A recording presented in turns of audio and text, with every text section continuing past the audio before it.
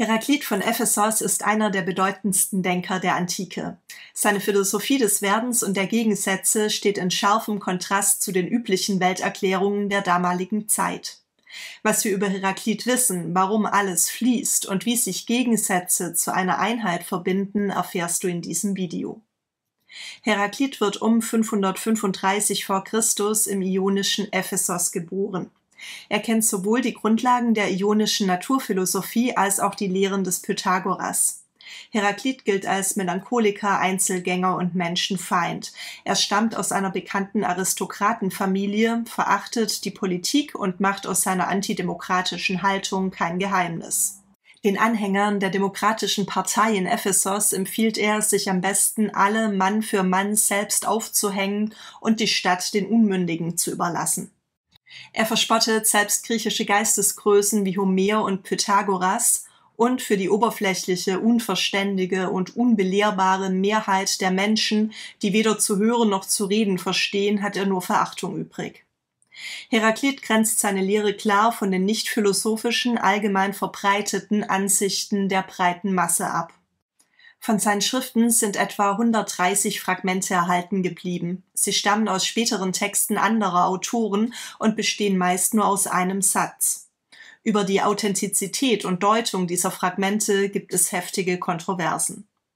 Heraklit erhält aufgrund seiner unverständlichen und rätselhaften Schriften schon in der Antike den Beinamen der Dunkle. Im Stil von Orakelsprüchen deutet er Gedanken an, die der Leser entschlüsseln muss. Sokrates sagt über ihn: Was ich von Heraklits Gedanken verstanden habe, zeugt von hohem Geist und, wie ich glaube, auch das, was ich nicht verstanden habe. Die Verständnisproblematik führt Heraklit auf seine Zuhörer bzw. Leser zurück. Die Leute verstehen die Dinge nicht, die ihnen begegnen, und wenn diese ihnen erklärt werden, begreifen sie nicht und beharren auf ihren privaten Einsichten. Sie erweisen sich als verständnislos, sowohl bevor sie als auch nachdem sie angehört haben. Wie kaum ein anderer Denker wurde Heraklit missverstanden, fehlinterpretiert und für die Be- bzw. Widerlegung eigener philosophischer Konzepte missbraucht. In der Antike setzten sich Platon, Aristoteles und Marc Aurel mit Heraklits Lehren auseinander, später inspirierte er Heidegger, Hegel und Nietzsche. Die Reaktionen auf seine Thesen reichen von Spott und Häme bis hin zu Begeisterung und Bewunderung. Die beiden berühmtesten Sätze von Heraklit lauten: Alles fließt und man kann nicht zweimal in denselben Fluss steigen. Ob diese Sätze tatsächlich von Heraklit stammen, ist in der Forschung umstritten. Die Mehrzahl der modernen Interpreten hält die sogenannte Flusslehre, wonach sich alle Dinge in einem beständigen Fluss befinden, für eine Erfindung späterer Philosophen, die man Heraklit fälschlicherweise in den Mund legte. Karl Popper teilt diese Ansicht nicht und schreibt: Es gibt keine unveränderlichen Dinge. Die Dinge sind nicht wirklich Dinge, sie sind Prozesse, sie sind im Fluss. Sie sind wie Feuer, wie eine Flamme, die, obwohl sie eine bestimmte Form haben kann, ein Prozess ist, ein Strom von Materie, ein Fluss. Alle Dinge sind Flammen. Feuer ist der wahre Baustoff unserer Welt. Das ist, wie ich glaube, Heraklits Entdeckung. Ich weiß sehr wohl, dass die traditionelle Interpretation der Philosophie Heraklits, wie ich sie hier erneut darstelle, heutzutage nicht allgemein akzeptiert wird. Ihre Kritiker haben jedoch nichts an ihre Stelle gesetzt, nichts jedenfalls von philosophischem Interesse. Werfen wir einen genaueren Blick auf die sogenannten Flussfragmente und ihre Interpretation. In insgesamt 3 Fragmenten ist ausdrücklich von Flüssen die Rede. Denen, die in dieselben Flüsse hineinsteigen, strömen andere und andere Wasser zu. In dieselben Flüsse steigen wir und steigen wir nicht. Wir sind und wir sind nicht. Und man kann nicht zweimal in denselben Fluss steigen. In allen 3 Fragmenten geht es um die paradox erscheinende Spannung zwischen der Identität oder Persistenz eines Flusses und dem Wechsel, dem der Fluss aufgrund des durch ihn fließenden Wassers unterliegt. Der Fluss in diesen Fragmenten wurde ganz unterschiedlich interpretiert. Man sah ihn als Sinnbild für die kontinuierliche Veränderung in der gesamten Wirklichkeit, als Beispiel für die Gegensätzlichkeit der Dinge oder als Ausdruck des Gedankens, dass Dinge ihre Identität gerade durch Veränderung bewahren. Die starke Interpretation der Flussfragmente basiert vor allem auf Textstellen bei Platon und Aristoteles, welche die Schriften von Heraklit noch im Original studieren konnten. Beide berichten von einer radikalen Theorie des Alles ist im Fluss. Alle Dinge sind in Bewegung, auch wenn wir es mit unseren Sinnen nicht wahrnehmen können, so fasst Aristoteles Heraklits Flusslehre zusammen. Der Fluss steht für das universelle Werden, für die kontinuierliche Veränderung alles Seienden. Aufgrund der beständigen Veränderung von allem und jedem gäbe es laut Heraklit keine unveränderlichen Körper und damit auch keine stabilen Dinge, über die man irgendetwas Wahres aussagen könne. Diese Interpretation birgt eine erhebliche philosophische Brisanz, da sie die Möglichkeit von Erkenntnis und Wissenschaft bedroht. Das Fehlen gleichbleibender, begrifflicher Entitäten steht in scharfem Kontrast zu Platons Ideenlehre. Moderne Interpreten werten dies als möglichen Grund für eine überspitzte Darstellung von Heraklits Flusslehre. Auch Karl Popper interpretiert Heraklits Flusslehre radikaler als andere moderne Interpreten. Ein wesentliches Problem für Heraklit war seiner Ansicht nach das Problem der Veränderung, also die Frage, wie ist Veränderung möglich? Wie kann sich ein Ding verändern, ohne seine Identität zu verlieren? Dieses Problem löst Heraklit, indem er erklärt, dass es keine sich verändernden Dinge gibt, sondern nur Veränderungen. Während die drei milesischen Naturphilosophen Thales, Anaximander und Anaximenes lediglich feststellten, dass sich die Welt verändert, erkannte Heraklit, dass die Welt aus Veränderungen besteht oder krasser ausgedrückt, dass die Welt Veränderung ist. Die Originalität dieses Gedankens beschreibt Popper mit einem eindrücklichen Bild. Vom »Es ist ein Feuer im Haus« seiner Vorgänger gelangt Heraklit zu der Einsicht, das Haus brennt. In der starken Interpretation von Heraklits Flusslehre gibt es keine ihre Identität bewahrenden Dinge, sondern nur Veränderungen. Die Welt besteht nicht aus Dingen, sondern aus Prozessen. Gegen eine solche starke Interpretation der Alles-fließt-Formel lassen sich 3 Einwände vorbringen.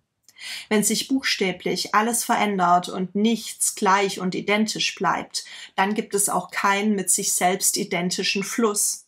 Man könnte dann auch nicht einmal in denselben Fluss einsteigen. Die Identität des Flusses wird in den Flussfragmenten aber ausdrücklich hervorgehoben. Heraklit will das Phänomen der Veränderung in seine allgemeine Erklärung, den Logos des Weltgeschehens, integrieren. Zumindest dieser Logos ist aber immer seiend oder immer gültig und verändert sich nicht. Dies widerspricht der Auffassung, dass sich buchstäblich alles verändert. Schon Platon und Aristoteles betonen, dass die starke Interpretation von Heraklits Flusslehre einen erkenntnis- und bedeutungsskeptischen Standpunkt zur Folge hätte. Wenn alle Dinge sich verwandeln und nichts bleibt, ist keine Erkenntnis, ja nicht einmal die sprachliche Bezugnahme auf Dinge möglich. Dieses skeptizistische Ergebnis widerspricht sowohl der Vorgehensweise als auch der erklärten Absicht von Heraklit. Alle 3 Einwände können jedoch nur gegen die starke Interpretation der Alles-fließt-Formel vorgebracht werden. Eine schwächere Interpretation von Heraklits Flusslehre liefert beispielsweise Jonathan Barnes. Er schreibt: Hinter der oberflächlichen Stabilität von Flüssen verbirgt sich ein ständiger und wesentlicher Wandel. Die Dinge sehen gleich aus, sind aber nicht gleich. Wir müssen den Fluss des Heraklit nicht allegorisch auffassen, wie es Platon offenbar tat, aber wenn wir Heraklit eine Theorie des Flusses zugestanden haben, ist es dumm, diesen Fluss nicht als Beispiel dafür zu nehmen. In Barnes' Interpretation möchte Heraklit mit seinem Bild vom Fluss lediglich ausdrücken, dass sich die Gegenstände der Erfahrung auch dann verändern, wenn wir diese Veränderung auf den ersten Blick nicht bemerken. Christoph Rapp plädiert ebenfalls für eine solche schwächere Auslegung der Flusslehre. Die Flussfragmente sollen verdeutlichen, dass sich einige Dinge kontinuierlich verändern, obwohl wir sie als identisch wahrnehmen. Identität und Veränderung schließen sich hierbei nicht unbedingt aus. Veränderung ermöglicht sogar erst die Identität mancher Gegenstände. Gerade die spezifische, durch die Strömung des Wassers bedingte Veränderung macht die Beständigkeit oder Identität des Flusses aus. In einem anderen Fragment schreibt Heraklit: Auch der Mischstrang zersetzt sich, wenn er nicht gerührt wird. Der Mischtrank, ein Cocktail aus Gerste, Wein und geriebenem Käse, hört auf, als homogenes Gemisch zu existieren, sofern er nicht durch Rühren in Bewegung gehalten wird. Und auch Gegensätze wie Krieg oder Streit, für Heraklit der wesentliche Antrieb der Welt, werden nur durch Bewegung bzw. Aktivität ermöglicht. Dazu später mehr. Neben der Flusslehre vertrat Heraklit eine Position, die wir heute als Monismus bezeichnen. Er geht von einer Einheit der Wirklichkeit aus, deren einheitliches Prinzip das Feuer ist. Aus dem Feuer geht alles andere hervor. Es verbindet alle Gegensätze der Welt zu einer Einheit und sorgt für die kontinuierliche Bewegung und Veränderung der Welt. Da das Feuer das einheitliche Prinzip aller Dinge ist, gehören die Dinge, die aus dem Feuer hervorgehen und ins Feuer zurückkehren, ungeachtet der Verschiedenheit, ja der Gegensätzlichkeit ihrer Bestimmungen, im Grunde der Einheit der Wirklichkeit an, so dass der Einsichtige weiß, dass alles eins ist. Anders als die milesischen Naturphilosophen betrachtet Heraklit das Feuer aber nicht als Archä im Sinne eines Urstoffs, aus welchem die Welt entstanden ist. Es gibt für Heraklit keine Entstehung der Welt. Die Welt hat keinen Anfang. Die Weltordnung ist ein immer lebendiges Feuer. Es ist nicht klar, was Heraklit unter Feuer versteht. Ob er unser irdisches Feuer oder ein göttliches bzw. kosmisches Feuer meint oder ob er das Bild des Feuers für die treibende Kraft der ewigen Veränderung verwendet, ist schwer zu sagen. Wahrscheinlich ist Feuer für Heraklit aber kein besonderer körperlicher Urstoff, wie wir ihn bei den Naturphilosophen finden, sondern Symbol für die kontinuierliche Veränderung alles Seienden, für die ewige Unruhe des Werdens. In jedem Fall bringt laut Heraklit das Feuer alles andere, selbst das Wasser, hervor. Alle Prozesse der Welt werden vom Feuer hervorgebracht. Dabei folgen sie dem Logos, einer ewigen göttlichen Weltvernunft. Der Logos erzeugt die Harmonie der Welt. In allem Werden und aller Veränderung sorgt der Logos für Ordnung, Sinn und Einheit. Die menschliche Seele hat einen Anteil am göttlichen Logos, sodass der Mensch den Logos durch Selbsterkenntnis erfahren kann. Die Barbarenseele der meisten Menschen ist hierzu jedoch nicht in der Lage. Der Logos bleibt daher der breiten Masse der Menschen verborgen. Sein dynamisches Weltbild erklärt Heraklit durch Gegensätze, welche Veränderungen bewirken und die Welt in Gang halten. Für Heraklit sind Gegensätze, Streit und Krieg die wichtigsten Triebfedern für die Veränderungen in der Welt. Er schreibt: Krieg ist von allem der Vater, von allem der König, denn die einen hat er zu Göttern, die anderen zu Menschen, die einen zu Sklaven, die anderen zu Freien gemacht. Die Dynamik des Werdens und der Veränderung entsteht durch die Gegensätze in der Welt. Die Spannung zwischen den Gegensätzen, die wir überall im Universum vorfinden, ist ein schöpferischer Prozess. Der Krieg ist der Vater aller Dinge. Heraklit meint mit Krieg nicht nur die kämpferische Auseinandersetzung zwischen Menschen, sondern ganz allgemein das Prinzip des Konflikts und des Kampfes, der Gegensätze, die wir überall in der Natur vorfinden. Dieser Kampf der Gegensätze bewirkt die Dynamik, die das Wesen unserer Welt ausmacht.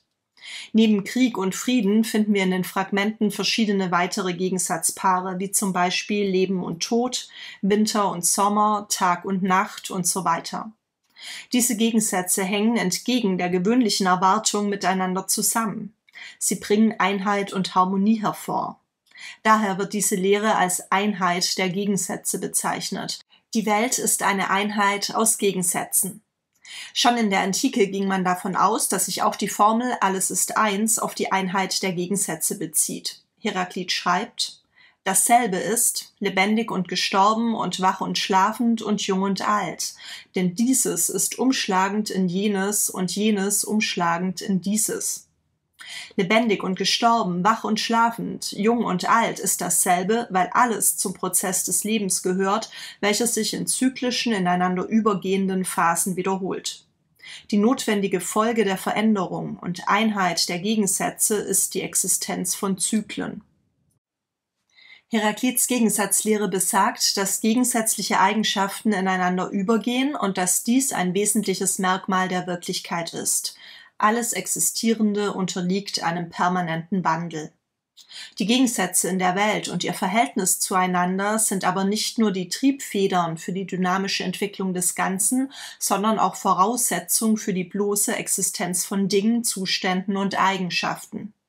Erst durch Krankheit existiert die Gesundheit, erst durch Hunger gibt es Sättigung, nur Ermüdung ermöglicht das Ausruhen, Helligkeit kennen wir nur als Gegensatz zum Dunkel, das Gute nur im Unterschied zum Übel. Alles Seiende wird überhaupt erst durch seinen jeweiligen Gegensatz möglich und wertvoll. Auch das Leben des Menschen erhält seinen Wert erst durch seinen Gegensatz, den Tod. Intensiv leben kann man laut Heraklit nur im Bewusstsein der eigenen Sterblichkeit. Wie die Pythagoreer soll auch Heraklit von einem großen Jahr gesprochen und der Wiederkehr der exakt gleichen Konstellation der Himmelskörper eine besondere Bedeutung beigemessen haben. Nach Ablauf des großen Jahres geht die Welt in Flammen auf und alles wird vom Feuer verzehrt. Danach beginnt ein neuer Zyklus. Ob Heraklit tatsächlich die Vorstellung eines gesetzmäßig geordneten Laufs der Natur, das Konzept des großen Jahres und insbesondere die zyklische Reinigung der Welt durch ein richtendes Feuer vertreten hat oder ihm nicht vielmehr die Stoiker ihre eigenen Lehren untergeschoben haben, ist fraglich. Heraklit ging von einer kontinuierlichen Veränderung der Welt aus, in welcher sich, gesteuert vom Logos, Gegensätze zu einer harmonischen Einheit verbinden. Karl Popper vermutet, dass Heraklit seine Theorie der Veränderung infolge der sozialen und politischen Wirren seiner Zeit entwickelte. Die griechischen Aristokratien wurden damals oft gewaltsam von Demokratien abgelöst. Wie die Natur unterliegen laut Heraklit auch Kultur, Staat, Gesellschaft, Sitten, Anschauungen dem strengen Gesetz der Veränderung. In einer Welt der Veränderung kann es keine ewigen, stabilen Verhältnisse und damit auch keine bleibenden Werte geben. Eine solche Auffassung bezeichnen wir heute als ethischen Relativismus. Es gibt keine objektiv gültigen Werte, sondern nur subjektive Wertvorstellungen und Urteile. Heraklit schreibt: Für die Götter ist alles schön und gut und gerecht. Die Menschen aber haben das eine als gerecht, das andere als ungerecht angenommen. Das Böse und das Gute sind dasselbe. Und wie soll der Mensch in einer solchen Welt der Veränderung leben und handeln? Laut Heraklit muss sich der Mensch dem Logos, dem allgemeinen göttlichen Weltgesetz gemäß verhalten. Ein solches Handeln ist jedoch den meisten Menschen nicht aus eigener Einsicht möglich, da sie den Grund der Wirklichkeit nicht erfassen können. Infolgedessen müssen die der vollen Einsicht Unfähigen, den wenigen Einsichtigen, im Grenzfall einem einzigen Einsichtigen folgen. Diese Grundsätze passen zur anfangs beschriebenen elitär-aristokratischen Grundeinstellung von Heraklit. Er schreibt: Einer gilt mir 10.000, falls er der Beste ist, und Gesetz heißt auch, dem Willen eines Einzigen zu folgen. Heraklit lehnt die Demokratie ab, da er sie für eine Herrschaft der Dummen hält. Er plädiert für eine Vernunftaristokratie, für eine Herrschaft der vernünftigsten und damit besten Bürger. Die Demokratische Partei in Ephesos, die den besten und damit potenziell gefährlichsten Mann aus der Stadt verbannt hat, um zu verhindern, dass dieser die alleinige Herrschaft an sich reißt, kritisiert er scharf. Recht täten die Epheser, wenn sie sich alle Mann für Mann aufhängten und den Unmündigen ihre Stadt überließen, sie, die Hermodoros, ihren besten Mann aus der Stadt gejagt haben, mit den Worten: Von uns soll keiner der Beste sein, oder wenn schon, dann anderswo und bei anderen. Nietzsche erkannte in Heraklit einen Vorfahren, in dessen Nähe ihm wärmer und wohler zumute wurde als irgendwo sonst und dessen Gedankengut er als das ihm Verwandteste ansah, was bisher gedacht worden ist. Was hältst du persönlich von Heraklits Philosophie? Welche seiner Ideen findest du am interessantesten? Schreibe deine Meinung sehr gerne unten in die Kommentare. Mit dem Quizlet-Lernset Die Vorsokratiker kannst du dein Wissen jetzt überprüfen und erweitern. Viel Spaß beim Lernen und bis bald!